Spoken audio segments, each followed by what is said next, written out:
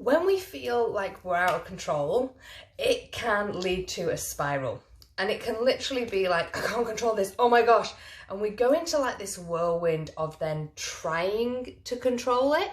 And I know for sure, because I used to be a control freak, like bulimia, I suffered with it for nearly 13 years. It is a control disease because it's not being able to control your external circumstances. So you try and control how you're feeling with food and you use it as the outlet. And maybe you don't have an eating disorder and you're not doing that, but maybe right now you're feeling like everything is out of control, and that leads to a spiral.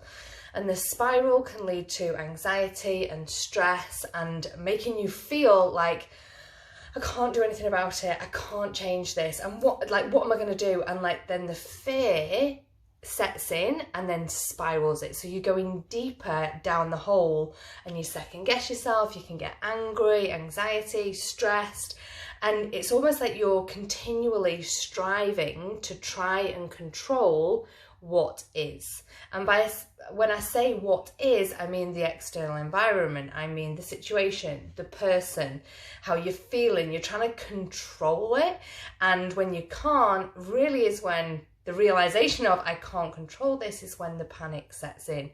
But there are some things that you can do 100% to support you, like to really deeply, truly support you, so that you can move through this, so that you can feel calmer. Because when the feeling of out of control comes in, it's a panic feeling that sets in your body. And I know because I used to feel like that so often, but there are tools that you can actually use to support you when you feel like it's spiraling and when you're going into the fear, when you feel anxious about the situation. And I'm going to share exactly what those tools are with you today, so that you are supported, so that you have something that you can turn to when you recognize that the spiral is happening. Because nobody likes to live in that space of anxious and uncomfortable and I wish I could just change it, I wish I could just control it, and I can't, and now I'm panicking because of it. Like, it's unsettling. And if you're watching this video, it's about control, so you're obviously, it resonated with you and you wanted to click and watch because you know this may be something that you've been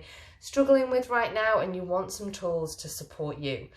So the tools I'm going to share with you today are in control, out of control. Okay, when we are in control, we almost feel like at ease, it's good, I can control everything that's going on. And that is the thought, like that is the story that you are telling yourself about being in control. But the truth of the situation, the truth, the core, which never ever changes, okay, is that you can control, you have a choice, 100% choice about how you're thinking and how you're feeling about the situation. So in control, you're thinking and feeling, it's great, like I can do this. When you step into out of control, you're thinking and feeling that it's spiraled and you can't do anything about it. But what if you could mirror the way you think and feel when you're in control, when it's out of control? And let me explain. So maybe you're in a situation and you like to control things, you like to plan, and I still like to plan, but I've over time learned to let the control element that I loved go, okay? Because I didn't actually love it. It sent me into bulimia for a really long time. So I let that side go. So when I think about a situation that I think I'm in control of, so maybe it's, okay, I'm going to use this example because it will resonate. Maybe you've got a friend or the person you live with, the partner, that you want them to do something, and maybe it's the dishes, or your colleague, you want them to do something at work, you want them to do something. And if you can almost get them to do it, like be in control of whether they do it or not, then you think and feel good, and it's like they've done it, it's all good, I'm thinking like it's great and I feel good right now. But you can mirror that in the situation where they don't do it. Okay, and I'm going to use the dishes as an example. So if you have a partner, another half at home, then this example will apply to you. So you're thinking, I want you to do the dishes. Why aren't you doing the dishes now? We want to control whether or not they do them. So we're thinking about it, and then we're feeling either anxious or overwhelmed that they've not done it. I want to control whether they do it in my time frame, like right now, why haven't you done it?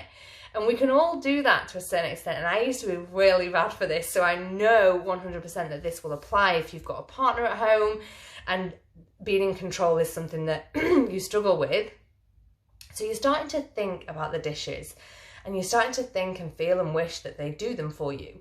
But what if you could think and feel at peace and calm, whether they did the dishes or not? What if you could actually just sit back and go, I can think calmly, I can feel calm. I can't actually control whether you do the dishes.